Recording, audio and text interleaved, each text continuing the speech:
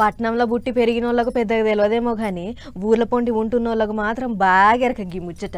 తొలకరి వాన శినుకులు పడ్డప్పుడు భూమిలోకించి ఆరుద్ర పురుగులు బయటికి వెళ్తాయి. చూసిరు కదా, ఆగో గా ఆరుద్ర పురుగులు కాలంగాని కాలంలో బయటికి వెళ్ళినాయి. ఆగో వెళ్తే ఏమాయ ఇప్పుడు గా పురుగుల జోలి మాకెందుకు చెప్తున్నావు అని గరంగా ఆకుర్రి. గీ ముచ్చటింటే గా పురుగులకున్న పతారేందో మీకు కూడా అర్థమవుతుంది. ఆగ చూడుర్రి, ఆరుద్ర పురుగులు బొట్టు బిళ్ళల లెక్క ఎట్లా మెరిచిపోతున్నాయో. రెండు తెలుగు రాష్ట్రాలలో ఇప్పుడు ఏ పంట పొలాలలో చూసినా శీతం కనబడుతున్నాయి. లెక్కకైతే ఇవి ఆరుద్ర కార్తుల్నే కనబడతాయి కాబట్టి ఆరుద్ర పురుగులు అని అంటారట. కానీ ఇది నడి ఎండాకాలం, అది కూడా రోహిణి కార్తె ఎల్లక ముందే బయటకు వచ్చినాయి. దీంతో రైతులు మురిసి మూపందు అవుతుర్రు. ఎందుకంటే తొలకరి షిన్కు పడి భూమి తడైతే చాలు ఈ ఆరుద్ర పురుగులు భూమికించి బయటకు వచ్చి అన్నదాతలను పలకరిస్తాయి. వెనకటి సంధి ఈ పురుగులు చూసే రైతు దున్నకాలు చేసేదట.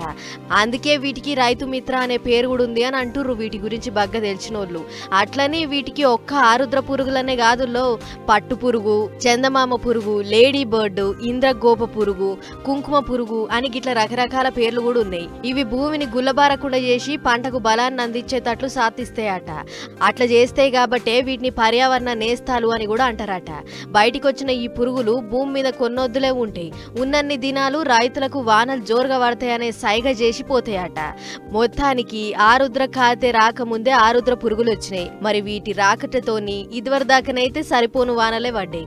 మరి ఈసారి మొదలే వచ్చినాయి కాబట్టి కాలం ఎట్లయితుందో ఏమో చూడాలి అన్నట్లు. రాబోయే మూడొద్దులు జోరు వానలు ఉన్నాయి అంటారు కాబట్టి ఇక వానాకాలం పంటలకు తయారుగారే రైతన్నలు కొల్మికాడికి పోయి ఏదన్నా సరిపించుకునేది ఉంటే చూసుకోరు మరి.